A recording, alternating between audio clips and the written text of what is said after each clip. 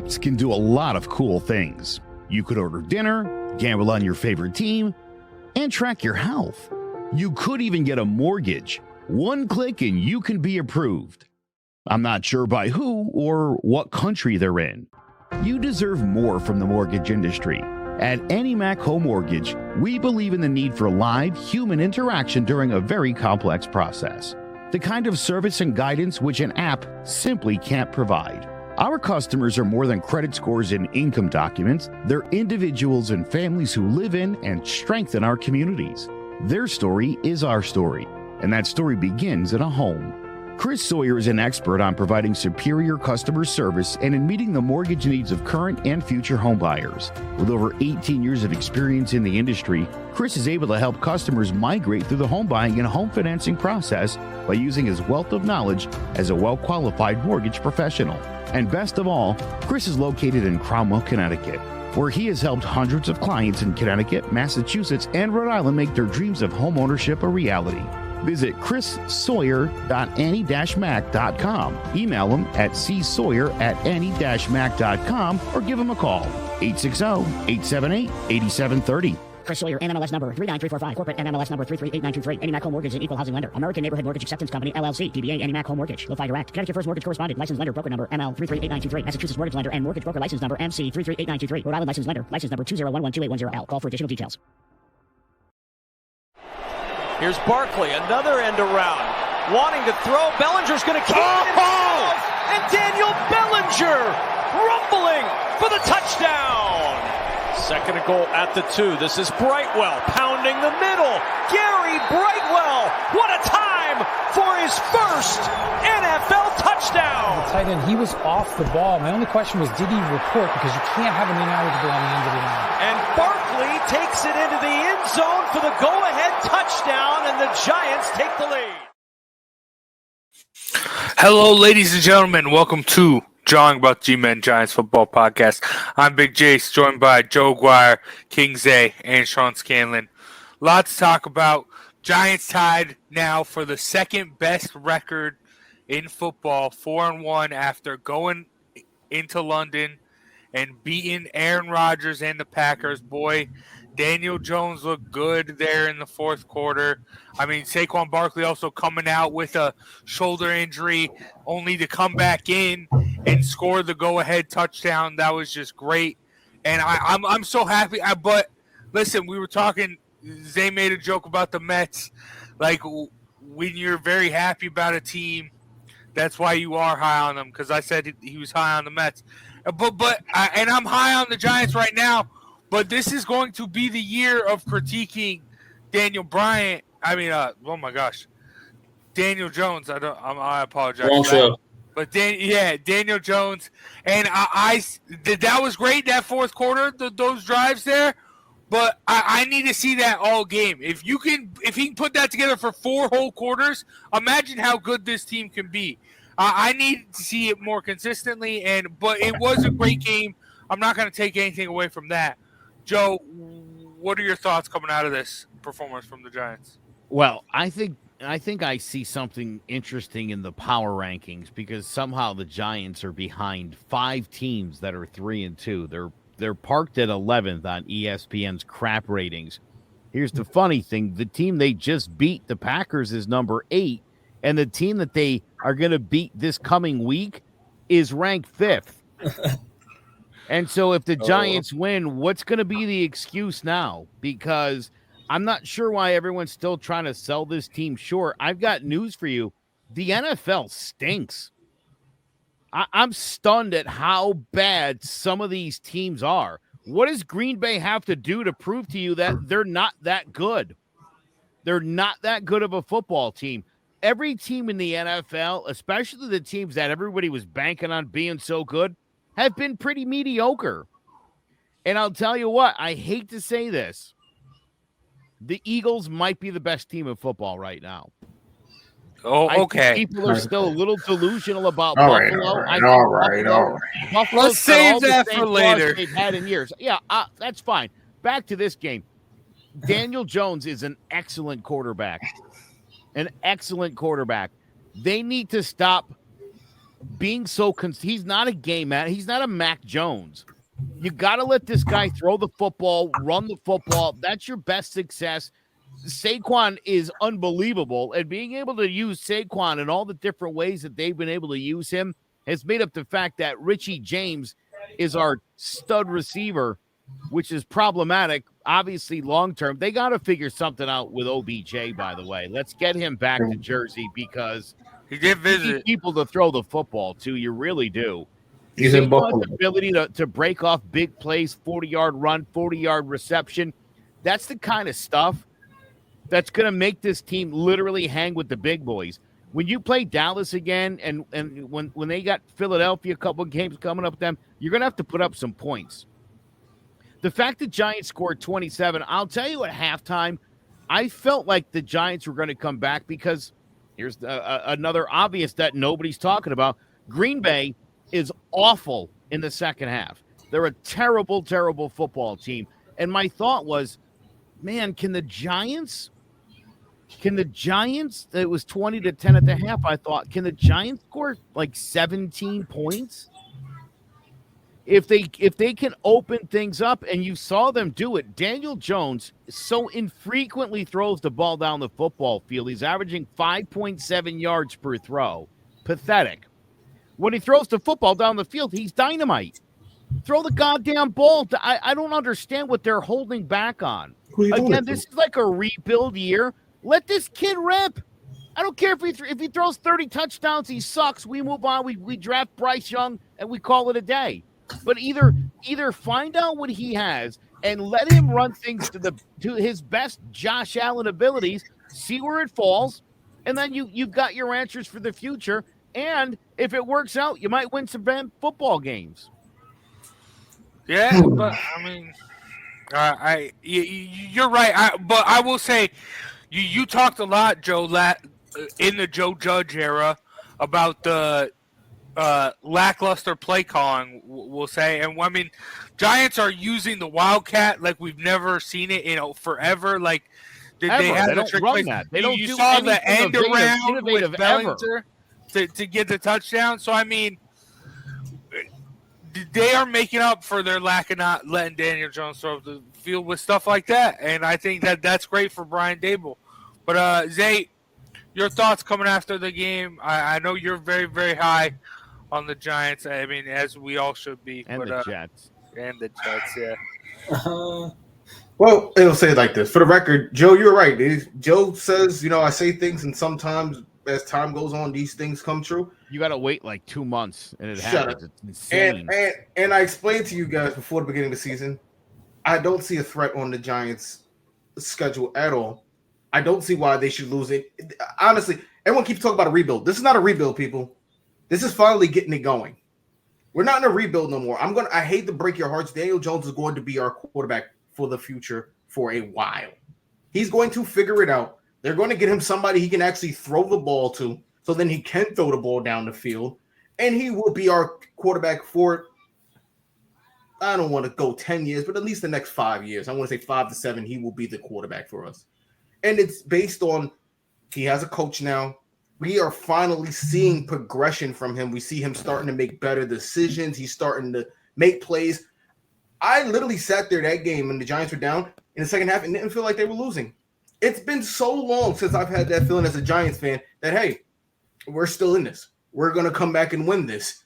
And I still feel that this way. I don't think next week is going to be an issue. I think obviously Lamar Jackson is a great talent, but again, you have a coach on the other side who knows him. He's practiced with him almost every day for the last couple of years since he's been in the league with Mark Whitendale. He knows what to throw at Lamar Jackson. He knows his weaknesses. And again, that defense that Joe was so worried about in the beginning of the year has only let up 91 yards passing into the air. That's it. The defense that I kept saying they will figure it out, the secondary will be fine, they have figured it out. And you're doing all this without Aziz. You don't have Leonard Williams. You got it. I'm so happy they went back and got Landon Collins, because now you've created your own Micah Parsons type of player. You have a guy who built like a secondary player who can rush the passer from the linebacker position. And we know what Landon Collins can do, and we missed it for a while when he left. because Peppers could not get after the quarterback from the safety position the same way Landon Collins did. He couldn't cover nobody, but the man could go out there and get a goddamn sack. And I'm happy he's back in Giants blue. He should have never left. I would love for Odell to come back. It's not going to happen. Probably with, I believe they just signed Robert Foster.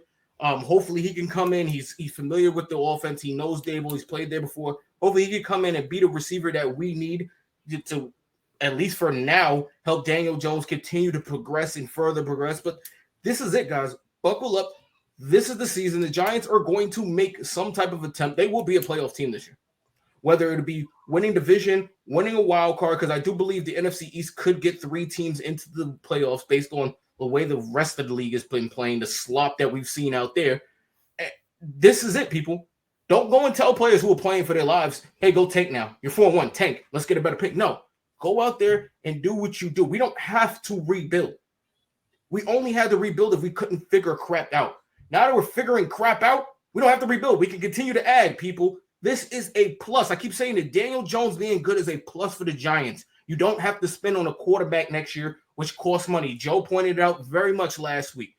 If the Giants want to continue doing this, they will use Daniel Jones. They'll build around him, continue to build that line, continue to get weapons and go. And Saquon has proven to us so far,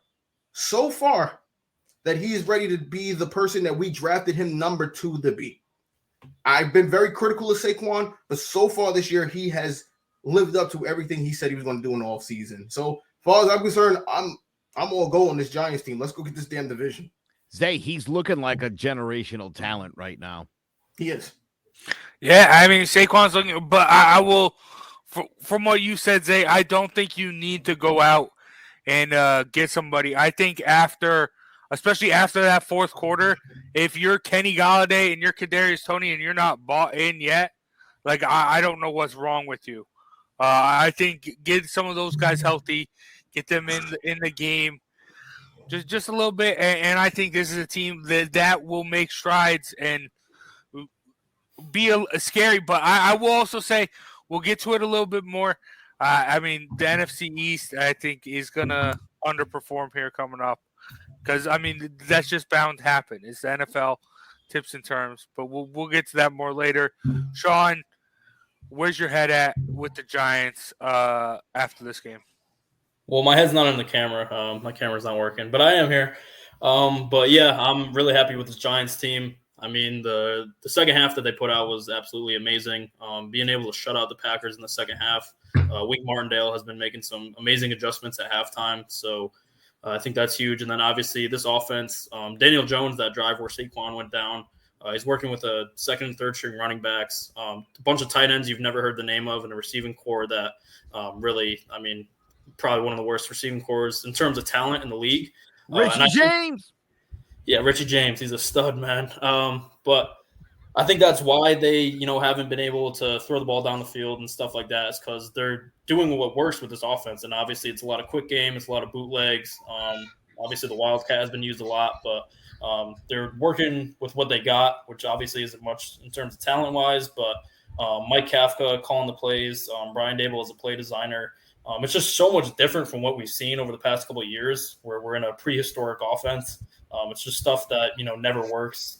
And then, I mean, you bring in this offense, so much movement, pre-snap movement, and just getting players involved in such different ways. I think it's been amazing to watch. So this coaching staff definitely deserves a hell of a lot of credit. They're not working with a lot of talent. And obviously, like Zay mentioned, a lot of people out on the defense, but they're still getting the job done. So I think this is the reason that people still bring it up as a rebuild is obviously because we've been terrible the last couple of years, and this roster should be a rebuild team. But like I said, this coaching staff has been doing an amazing job. Daniel Jones has been getting the job done. Saquon Barkley can honestly be up there for MVP candidate right now. He leads the league in scrimmage yards. He's been carrying this team. So I'm super excited. I mean, obviously, it's fun to watch the Giants win football games. We haven't seen it in a long time. So, yeah, and I love the disrespect. I love that they're not even putting us in the top 10 in most of the power rankings, even though we're 4-1. Just keep riding that because they'll believe eventually, especially when we go and beat the Ravens this week. So, got to keep it going, and I love what the staff has been doing. I'm telling you, dude, what a weird spot ESPN's going to find itself in. There's no way to justify if the Giants beat the Ravens why you wouldn't have the Giants at least at number 5. They'll find a way to keep them out of the top 10. They probably will, right? Well, yeah, Aaron Rodgers any day now. A couple of things, guys, real quick. Darius Slayton played a much better football game. Boy, if he could reclaim, what was it, like 4 years ago when he was good? If he can do that and become a downfield threat and catch the balls when they hit him in the hands, they could start moving the football down the field. And I joke about Richie James. He's on one of my fantasy teams, and he's actually doing quite well. So one last thought, Zay, you said in the second half you didn't feel like the Giants were going to lose at halftime, right? Into the I felt the same way, and it's funny. It wasn't until the Giants were up 27-20 and he's moving the ball down the field. I had to keep reminding myself, like, we're winning. We're winning. I should be enjoying this. Like, I so not used to it that as he's, I want to call him Brett Favre, that defrauding scumbag. As Aaron Rodgers moved down the ball, dude, I was like getting anxious. And again, I had to remind myself, like, dude, we're winning. And I'll tell you what, I love Xavier McKinney. I really love that guy. I told you to let our secondary. Yeah, dude. This kid's, I mean, that's a superstar. And I'll tell you what, and I think Sean kind of scoffed a little bit when you said about Landon Collins being back and being kind of like a Micah Parsons. Now, Sean, clearly he doesn't mean the talent levels. It's off the charts right now with Parsons. So yes. Got it. This is like saying, you got Giannis and you need Jordan. Like, yeah, not the same, but you'll take it. I think, I think that guy really could drastically make a difference on what is, like Zay said, a defense that I questioned and doubted, and rightfully so. And then Adoree Jackson goes down and you're like, yeah, okay, come on, Brett. Wanted to do it again. Aaron Rodgers, you're thinking, dude, he's going to carve him. All those short passes in the first half, and I kept thinking, we don't have anybody that can, like, jump a route. Like, how bad is that? You got no Aaron Robinson. You got corners on the sideline getting massages. It was ugly. Who is that guy? Was it McLeod that came in and they just started going after him? Fabian Moreau went down too. And then Nick McLeod came in, Justin Lane came in, and then Aaron Rodgers was picking on him at first, and then they kind of got around to it, and they made some big plays down the stretch. So that's what I mean. It's a bunch. This defense has a bunch of players that you've never heard of before. Most of them have been bouncing around the league. There's some rookies that have been stepping in, but they come in and they make plays because they're put in the right spot. That's what I really like about this defense. It's interchangeable with not a bunch of stars on it, but they all make plays. They know what they need to do, and that's what I love about this defense. That's a also misconception O'Shane Ximines. Like every week, I feel like O'Shane Ximines does something, where you're like, oh yeah, dude, I love this guy.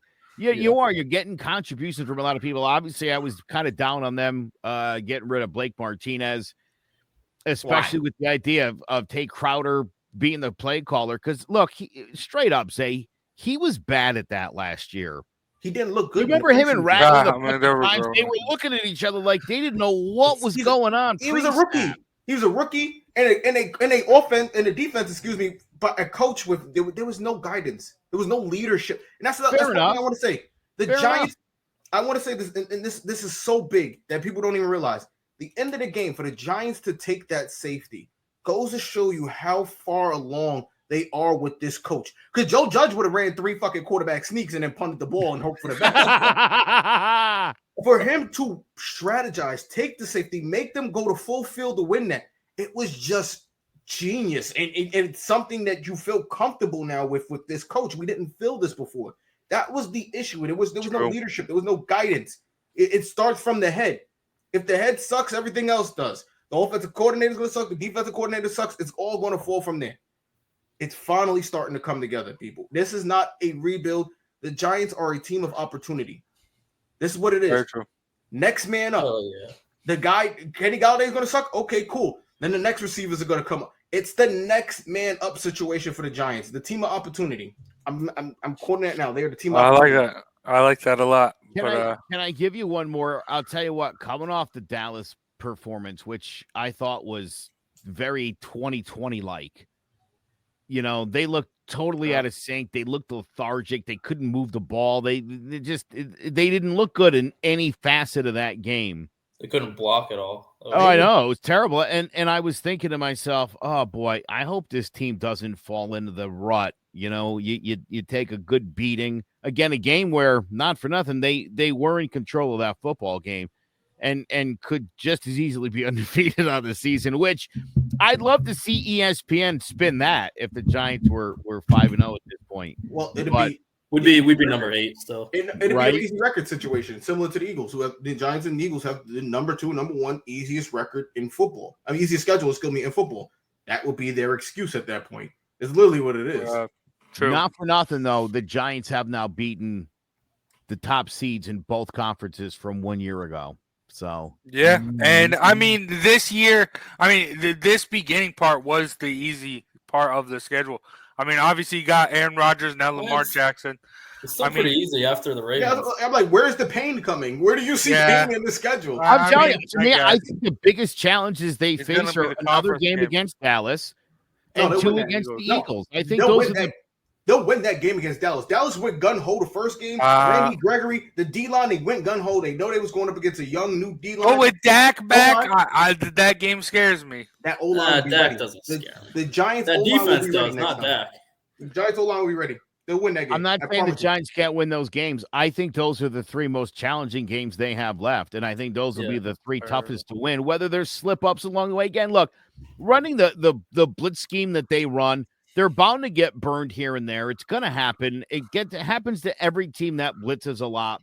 So they've hit the mark every time so far this season. There's going to be times where it doesn't go so well, and that's fine. The other thing you said, Zay, that I think you guys kind of all maybe agreed with is the notion of it was a rebuilding year in the sense of we didn't know about Daniel Jones is what we were trying to say. And that's not necessarily what a rebuilding year is. It's, do we have to rebuild? And also all the front office stuff that went down. Yeah, listen, this guy's on his last chance. He had to play well. And playing well means 4-1. That's even better than just playing well. I would have told you if he was 2-3 or 3-2 at this point and playing well, I'd be like, all right, we got something. He's winning games too. And I'll tell you what, for anybody that wants to take that away from Daniel Jones, sorry, dude, this guy's made big plays in all 4 wins. So Saquon's been great. The defense has been great. Daniel Jones, I forget who I just was listening to. One of these dummies. Maybe it was even Stewart there. Not what's his face, Stephen A. Doesn't see any growth from Daniel Jones.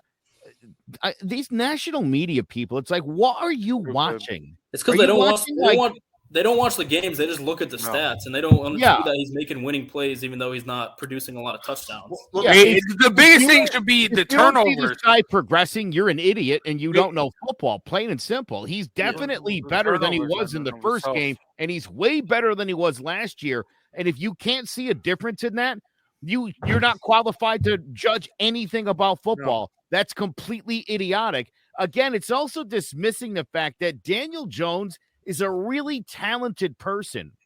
He's got great speed. He's got a really good arm strength. They don't call him Danny Dimes because he carries change in his pocket. He was hurt. Do we remember what he looked like last year on that bad ankle? It was a miserable, terrible game to watch. And he won on a bad ankle. He won. And then you got people like Kimberly Martin on ESPN talking about the Giants should just quit now and tank for a better spot. That was so bad. Why? She's gotta go. They're idiots. Because they're idiots. I bet you they didn't watch the football game. They watched the last highlights. 2 minutes of the game and no idea what they're talking about. Again, right? We were watching the game at halftime down 20-10 and Aaron Rodgers like, yeah, we got this. And then we did. Oh. There's something to that. There is. Yeah, but now let's move on from Aaron Rodgers, talk about Lamar Jackson, get into the game pick for this week. Because, Sean mentioned it with Wink Martindale, knowing how Lamar Jackson operates. And also last year, Yeah, both you guys mentioned it. But and also last week, I will also say last week the Vikings were the first team who won in London to win their next game, not having a bye. Giants face that this week, so I mean, been in London a long time, so I mean that's a stat not going good for the Giants. Bro, but the I mean, Scottish Hammer is still there. That's Passport issues. Yeah, that's no a punter. weird.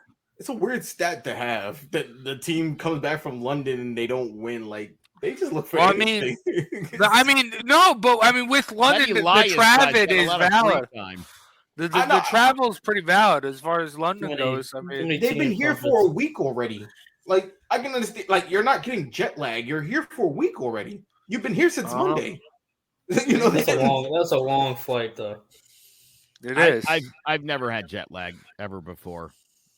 That's you're going halfway across the world almost. Not sure I buy it. Bro, I can understand. I understand that, but come on, it's been a week. It's always just a good excuse to have if they lose. Okay, yeah, exactly. Hold in the back pocket. Long flight. We're tired. Yeah, you didn't sleep on the flight. You woke up and you were back in the regular time zone. Shut your mouth. Yeah, but screw all that. As far as the game goes, I think the Giants match up very well with the Ravens. I think I mentioned it a couple weeks ago. I mean, I think them being able to I think they can slow down Lamar Jackson with those blitzes. They're not make him use his arm more. And I think the secondary, while they're very banged up, I think, like you mentioned, Zay, they have some guys who can step up. And if they can step up, make some plays in that secondary and stop Lamar from beating us with the arm. I love the way the Giants match up, and I think that offense is going to get going. Hopefully, I know the Ravens defense is pretty banged up as well, so there's an opportunity here. But I hope Daniel Jones can outduel Lamar. If not, give the ball to Saquon, let him run it down their throats. I love Giants are going to get it done. There's a lot of avenues, like a couple years ago, I keep mentioning when we're doing Giants picks, the field goal battle. Not anymore for the Giants. There's avenues of victory, and I think they're going to be able to get it done, slow Lamar down on the ground. But, Sean, we'll go with you. How do you see this game playing out? Yeah, I mean, the Ravens defense has not been playing well this year. It's not like usually what the Ravens are. Usually they have a great defense. So especially against the pass, they've been struggling. So even if we can get one of our receivers back, I think Wan'Dale Robinson will probably be the most likely. I think that will be huge. Kenny Golladay, he can stay on the bench as long as he wants. I don't really care. I don't care much for him at all. But yeah, I think that if we can get the passing game going a little bit, I think that'll be huge. Saquon, he's going to get his 25 touches. So I think that we do have a chance to put up some real points in this game. And I think you brought up a good point with bringing pressure against Lamar. See if you can move him off platform and try and make some tough throws. I think that's, really where we're going to get any of our turnovers, because we still don't have a pick through 5 weeks yet, which is pretty crazy. I think we're the only team in the NFL that doesn't. So if we can get some turnovers in this game, I think that will be huge. Try and force them into some errant throws. So I think it'll be a high-scoring game. I think it will be in the 20s for both of the teams. I hope that we come out with the win. I think that we definitely could. We've shown that we're tough and resilient, shown that, we come in the second half of games and come back. So even if we go down early, I don't think this team really gets phased at all. So I think it'll be a good game, pretty high scoring, and I think the Giants definitely have a shot to go ahead and win this one. Oh, yeah. Zay? I still riding with them? I think that I'm with Sean on this one. I definitely think the Giants are going to win this. This is one of the wins I had penciled in. I think we could stop Bateman. I don't think Lamar could beat us with his arm. I think he would have to beat us with his legs. I don't think he's that great of a passer as people want to make him see. Obviously he could throw at an NFL level, but I don't think he's a special arm talent where he's going to beat us with his arm. I think he's more of a athletic talent, and if he beats us, it'll be on the ground. But again, I think the addition of someone like Landon Collins, now you could flip him in there and you can have him basically spy Lamar Jackson for the game, maybe some outside of your linebacker situation or your defensive end, someone who can contain him and keep him in the pocket. But I think the Giants will come up with a plan to shut down the Ravens, and they win this game handily. I'm being serious. I don't even think it'll be close. I think it'll be a handily win. Damn. Well, I think it's going to be close. I mean, yeah, I think we're discrediting Lamar here. 27-14. Okay. I could see that. Joe, again. what you got? 26-27, somewhere in there. Yeah, I think this is just the kind of game that Lamar Jackson loses. I think the blitzing is going to be, he's going to have a couple, he'll tear off a couple nice runs. I don't think it'll be enough to beat the Giants. I really don't. There's not, this guy's not great under pressure. He doesn't like getting blitzed. He was already talking about it. Their defense is in shambles. They're down. Their secondaries is beat down as ours, maybe worse. And they actually lost a lot of star players on their defense. So yeah, I'm telling you, this one's got Giant upset at 4-1 written all over it. That is weird. It would be an upset though. Yeah. That is weird. That is weird to say. Yeah, I mean, Giants right now, +6 underdogs. So I'll take those points. I'd like that though. I like that though. Vegas giving Giants respect. Years past, this would be like 7.5. Less than a touchdown. Don't give them a touchdown. I like win that game. I don't know, but it's gonna be a fun one. I'm excited, and we're going to take a little break here. When we come back, we're going to be talking a little bit more of the Giants, but just really the NFC East as a whole. But first, let's hear a word from one of our sponsors. There's no bigger investment than home ownership. And to make sure the house is up to your standards, you need a professional to look it over. Brian Flanagan from Shamrock Home Inspections is a licensed home inspector and a member of the Connecticut Association of Home Inspectors. Brian was a contractor for over 15 years, so he knows how homes should be constructed and how mechanicals should work. What makes me a good home inspector was the 20 years that I was a home improvement person, doing all the different repairs that I have done and what other people have done wrong that I had to go out and fix. So I have a pretty quick eye on seeing what's right and what's wrong. Before you move, call Shamrock Home Inspections. Before you make the biggest investment of your life, call Brian Flanagan from Shamrock Home Inspections at 860-268-2566 or visit shamrockhomeinspectionct.com. Big shout out to Shamrock Home Inspections for sponsoring today's episode. Now, I mean, we talked about it throughout the show so far. NFC East has been dominating. You obviously have the Eagles undefeated, and you have both the Giants and the Cowboys only with one loss. Right now, record-wise, the NFC East is the best division in football. But are they really the best division in football, or is it still like the NFC West? I know a lot of people at the beginning of the year predicted the AFC West. Joe, what's the best division in the NFL? It's clearly this one. It's clearly the NFC East. Again, if you want to judge what's the best division by what happened last season, then knock yourself out. I'm seeing a lot of flawed teams. I'm seeing a lot of teams I'm not particularly impressed by. I'm not really seeing a lot of teams blowing other teams' doors off. I don't see any defense that's been especially dominant this season. So, I don't know. I mean, records kind of speak for themselves. We're in week 6. This is not week 2. I think things are starting to come into play. And not for nothing, but the Commanders, all hail the Commanders, could be 2-3. They came up 2 yards short of a victory, which would have been a sweep for the NFC East last weekend. Again, people have to get over last season. That's over. That went away. Bye-bye. This is a new reality. Look what's happening. The Saints are in big trouble. That was when everybody said, oh, the Saints. Maybe the Saints be a contender. Nope. The Saints are going to probably come in last place. So let's watch and look at what's happening currently and stop basing it off of last year and stop basing it off of, it's Lamar, it's Aaron Rodgers, so they're going to be fine. No, they might be fine. Their teams have big problems, and they're manifesting themselves, and the national media is like, no, I don't see it. I don't see it. Give me a break. I'm sorry. If you're looking at the Eagles right now compared to the Bills, what a joke. The Eagles are a better all-around football team, and they're playing better. You're right. Football. They can run it. They can't throw it. Yeah. The only thing you can really say about the Eagles is that they're young, so they might like slip up down the line. But right now they're playing the best. Ball. They should have. Right now, they're playing great. Like that's the only excuse I can come up with for the. They're playing great. No. Hold on. Wait a minute. Time out. They're not 3-1 because their coach of the Cardinals is stupid. Time out.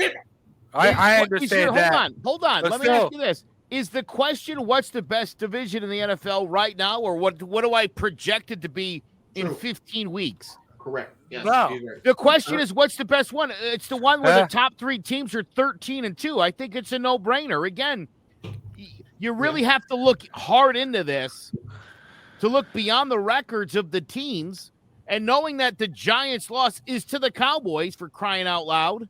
Come on. No, I'm just saying. Yeah. Currently, yes, the Eagles are the best team in football. Currently, I will not continue to run with that as they're the best. They will be the best team at the end because I know that team is flawed. But I kind of agree with Joe. Currently, the NFC East is the NFC beast. I mean, people want to hate and people want to go off, but I agree with Joe. You're not. There's no switch in professional sports that you're just going to turn on and the team is just going to win 7 in a row. It's like with the Bengals, for example. The Bengals have serious issues. They can pretend like they don't. Joe Burrow isn't just going to wake up and just become Joe Burrow and save them. No, people, you need to put something in front of him. He needs a line. He needs some help. This is the current state of the NFL. And if I agree with Joe, we have to get off of what people used to be. There has been. Tom Brady doesn't look good in Tampa. Tampa doesn't scare me. As much as people keep throwing Tampa in the top teams, they don't scare me. And they're healthy for the most part. So I kind of agree with Joe. This is the best division in football until they start losing games. It's just really, and I don't see that happening for a while based on what I'm seeing. Remember, we all wanted, we all wanted Russell Wilson. Look how great that's looked. You were the only one that wanted Russell Wilson. Zach. Shut up. You were I wasn't the only one. There was many of us in Giants Nation who wanted him. He is doing exactly what I figured was going to happen when he got there because I didn't like the fit either. I didn't like the Broncos fit either. It just didn't look right from the jump. No good. Everything about the it looks terrible. He looks terrible in orange. Let's ride. Well, hey, I think they got some coaching issues. I have faith in Russ. No. You said that last week too. Nathaniel Hackett's not good, but if you watch Russell Wilson, he sucks. It's so funny. The quarterbacks that he likes, the quarterbacks that Jace likes, it's the coach's fault. The quarterbacks he doesn't like suck. Like Daniel Jones. You don't like Daniel Jones. He sucks, right? Well, it took him a long time to even say that Joe Judge might be a problem. And now Joe Judge is one of the laughing stocks of coaching laurels at this point. So, you know. And I love Dable, though. Yeah, you doubted Mac Jones. You shaved your head. That was embarrassing. Oh, that doesn't look that great. He might not be far off. That's not looking great right now, Joe. You should have stopped the call. That was fights when I shaved my head. Stop. Mac Jones. Oh no, you're right. You're right. That was a pie in the face for Mac Jones. Pie in the face. Yeah, and what I said was, slow down. I didn't say Mac Jones was going to be a superstar NFL quarterback. I said he was going to take Bama all the way undefeated, win a national championship, and he did. And Jace got to eat some crow pie. It was fun. Yeah, it was very fun. What did you shave your head for? Was that Ortega? Yeah, it was a Ortega. Terrible bet. Terrible bet. Hey, yeah. The guy was like a 10,000-1. Okay. So it's a bad move. Juliana Pena, you know. But Sean, you with it? NFC Wait, East? one more thing to what Zay said. Listen, if anybody wins 7 in a row and turns it around, it's going to be one team. It's not going to be the Packers and the Buccaneers and the Saints. It's not going to be all of those teams. Maybe one goes on a nice run like the Dolphins did a couple years ago. It's not going to be every single team. These teams are what they are. Mm-hmm. We're in 5 weeks. And you judge the season off the first 4 weeks. If the Giants were 0-3, we'd be like, all right, they're out the playoffs. They're out. It's over. You have to continue to judge it the same way. We can't change it because the Giants are 4-1. And now everyone was, and it's still a chance. Right now, let's move the goalposts. Well, wait till we get to week 10. Like, I'll meet you at week 10. 8-2, mofo. Yeah. I mean, it still is early. Obviously, there's a lot you can take from the first 5 weeks, but I do agree the NFC Beast is the best in football right now. I mean, the Eagles, I agree with Joe. I actually am scared of them this year. Their defense, their front seven is insane. They get after the quarterback like crazy. And Jalen Hurts, for all the naysayers about him passing the ball, I mean, he's been looking pretty good getting the ball to A.J. Brown, Devontae Smith, and they can run the ball. He's got 1 touchdown passing all year. I mean, they're still racking up yards, and then once the time they get to the red zone, they run the ball in because they can't be stopped. So A.J. Brown is the top 5 receiver in terms of receiving yards. So they're pushing the ball downfield passing, and their defense is legit. I hate the Eagles, but I have to say that they're very good. The Cowboys' defense is legit. Even if it's Cooper Rush, even if Dak doesn't look that great when they come back, that defense is pretty scary. Another front seven that's pretty terrifying. And then the Giants, even with their talent being devoid, they still go out and win games because they're very well coached.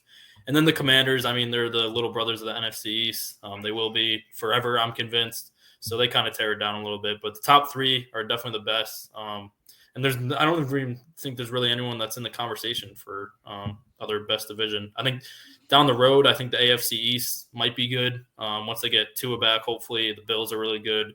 And then the Jets offense actually pretty good. I know that Zay is pumped about that.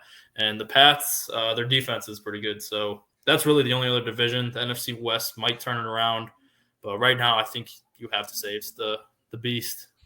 Yeah, I love that you mentioned that. Like, I was thinking while you're talking, Sean, what would be the next runner-up? I mean, we talk about the quarterbacks in the AFC West. Like, you can say maybe Russell Wilson figured out, maybe Devontae Adams and Derek Carr will figure it out. Maybe that'll propel them. No. Probably not. Maybe. I mean, the 49ers. The Raiders aren't that bad. They just can't close out games. Yeah. Then they're bad. But then they're bad. I mean, the Giants last year. Wait, why were the Giants bad the last couple of years? Because they couldn't find ways to win games. Yeah, that's the I'm Raiders. saying they're not like terrible though. Yeah, all right. They're not getting blown out every week. They're 1-5 or whatever, 1-4, whatever. That's terrible, bro. Listen, yeah, it's a bad record, but they haven't been blown out yet. They've got good. It's going to come around too. They have finish good around players on the 500. roster. They're not a good team. That's what I'll go with you. They'll still finish around 500. I'm with you, Sean. I think they'll pull back a little bit. It's a long season, ebbs and flows. The NFC East isn't going to be at the top for the whole season. I love it. I love the Giants. I wish it were to be true, but it's a long season. It's not going to be like that. I think that I want to say the NFC West might take that crown, but I mean, I don't know if the Cardinals can ever figure out how to play in the first half. Maybe the Rams, they need to shake off their Super Bowl hangover. And it is open. The Seahawks. I mean, Geno Smith is playing pretty damn good. They let him 600 points. He went game 601 to 600. That's not good. Geno Smith is playing well. Is playing well. Listen. All right. Oh, Lord. It's the NFC East right now. I don't know if it will stay that. Like I still have ingrained in me the NFC East of old, the NFC least, and I feel like better wake up. Something might click one day, and one day we might wake up, and next thing you know, a couple teams go on losing streaks, and it's a completely different NFC East. You never know. It's the NFL. It's the NFL. Anything can happen. It sounds like you're hoping for the norm almost. Like I'm not. You just gotta. We have to mention that. We have to mention. Hey, history's been going this way. You gotta mention. 5-0. It would take a massive, dramatic drop off for them to be that bad at the end of it all. Listen, Zay. If you don't mention history, if you don't acknowledge it, you're doomed to repeat it. You just gotta bring it up. But all right, let's move on. Best bets. I know, Sean, you took that Jets jab at Zay. Zay, you're still the guru, still undefeated. Your guru pick today. the Jets a couple weeks ago. You're going back on the Jets. Road dog again at the Packers. No, Aaron Rodgers is going to hate New York after this one. He's going to hate entire state of New York after this one. But the Jets will get it done. I think they're playing really good. I think people aren't giving them enough credit, like you, who aren't giving other divisions credit. But again, we are seeing the NFL. There's not going to be much change. We are seeing what it is, and the Jets are one of the best teams in football right now. I hate to say it. Their defense is playing well. Their offense is clicking. It is what it doesn't have to be pretty. It just has to win. That's literally what it comes down. At the end of the day, if your record is 11-6 and you barely won games, guess what? You're 11-6. Doesn't matter. You think the Jets are going 11-6? I could see 9 wins, 10 wins for the Jets. I could see somewhere in that range. Wow. I think I really do think they're playing. I think it's the coach. The coaches in New York have these players playing some inspired football. You have guys who are no names like Tyler Conklin and all these other guys you ain't never freaking heard of before, and now they're being named. They're being mentioned. They're putting points. Don't forget, Robert Saleh is also keeping the receipts. Mm-hmm. He heard them. He heard y'all. Mm-hmm. He heard y'all talking. So there's that. You could have my receipt only once. All right. Sean, undefeated, 1-0 last week. What's your best bet this week? Let's go. I'm going to go with the Chargers -4.5 against the Broncos. Broncos country is not riding anywhere but to a terrible season. They are not good. Their defense is pretty good, but they can't put up points. And I think this Chargers offense will be able to score enough points to win by at least a touchdown. The Broncos are going to have a rough season. They do not look good at all, especially with the loss of Javonte Williams.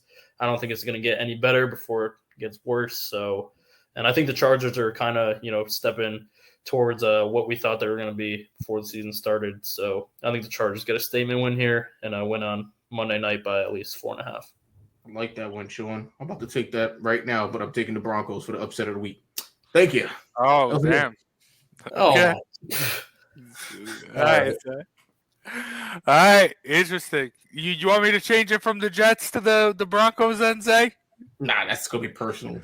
Let's keep that. The Packers are going to smoke the Jets. I hope you know that. Here you go. You ready for your triple parlay? Because you're not going to want to take Jace's terrible pick. You're going to want Jacksonville +2 against the Colts team they shut out in Indianapolis in week 2. They've also beaten the Colts 36 times in a row. So I think this is a pretty good bet. The Jags +2 over the Colts, a team who they seriously own. I think the Jags defense, which is actually playing pretty well, gets it done. And those +2 going to come in real handy. So I'm taking the Colts. I like that one. I like this. I think I like all three of these thus far. I think we're going to have a parlay that I think will hit. I like this. I'm going to go. I'm done picking dogs and favorites. We're going back to what won me the best bet championship last year. SpongeBob SquarePants. We're going. Oh, yes. We're going overs, and I got the SpongeBobiest, squariest pick of overs. Chiefs Bills. I got the Bills at the Chiefs over 54. Let's go. I'm taking under. There's no way you will get a game like that ever again. Shoot out. Zay, 31-30 is 61 points. Out. Yeah, that's pretty easy. That game will be a defensive struggle. It's not the same weapons on the Chiefs side. Out. I don't. They still have Patrick Mahomes, though. That's all that matters. Yes. And you know what? 28-27 is 55 points. I'm telling you now, and I'm playing Gabe Davis this week, so I know the Bills won't score that much. Because he don't do nothing when I play Davis, him. Please help us out. Still got Stephon Diggs. Yeah, you still got Stephon Diggs. Hopefully Dawson Knox can get healthy. I'm not worried about the Bills scoring points. I'm worried about the Chiefs. I'm not worried about the Bills here. Patrick Mahomes is one of the best quarterbacks of all football. So the best quarterback. And not for Travis Kelce, though, or he probably wouldn't be. Yeah. I mean, a lot of people were high on Sky Moore. I need to see more to be okay with that. But yeah. So drawing about the G-Men parlay would be the Jets, the Chargers, the Jaguars, and the over in the Chiefs and Bills. I think that's gonna hit. I think that's a really good we're pick all gonna by win. you too, Jace. I like that one. I'm definitely going the over on that game. It better be the over, because if you cost me this parlay, bro, points. It'll be Jace. Everything else will hit, but Jace is over. We're going to go to the third quarter. It's like 6-3. 10-13. Yeah, 10-13. The defensive struggle. I'm like, it's gonna be that Colts and Broncos games all over again. Oh, I'm gonna be maybe 12. Yeah, I mean, the only way that happens if it's like ridiculously cold for some reason. I feel like that's the only way that happens. Keep your eye on the weather report. Like the Bills Pats last year with the wind and everything. That's the only way I think. That's the only way you can't get in a shootout with the Bills. That's all I'm saying, and especially when you got Patrick Mahomes on the other side. So, all right, I think we got some good ones. I think we'll make some people some money and us some money as well. But speaking of making us money, big shout out to Annie Mac Home Mortgage and Shamrock Home Inspection for sponsoring today's episode. And also, big shout out to Clovercrest Media. If you're interested in learning more about this podcast, starting your own podcast, or finding another podcast listen to, make sure you go to clovercrestmedia.com. For myself, Big Jace, Joe Guire, Sean Scanlon, and King Zay, this has been Jawing About the G-Men. We'll see you next week to talk more Giants football. Take care, everyone. Here's Barkley, another end around. Wanting to throw. Bellinger's going to keep it. And Daniel Bellinger rumbling for the touchdown. Second and goal at the 2. This is Brightwell pounding the middle. Gary Brightwell. What a time for his first NFL touchdown. The tight end, he was off the ball. My only question was, did he report? Because you can't have an ineligible on the end of the line. And Barkley takes it into the end zone for the go-ahead touchdown, and the Giants take the lead. Hello, my name is Joe Aguirre. I'm the president of Clovercrest Media Group. And here at CMG, we have a wide variety of podcasts, including sports shows like Keys to the City, The Roll Call, Throwing Jabs, All Four Downs, and Jawing About the G-Men. And great true crime shows like Sticky Week, Crimes and Consequences, Ivy League Murders, and Bird, the unsolved murder of David Eichmann. You can find all these podcasts and so much more by visiting clovercrestmedia.com.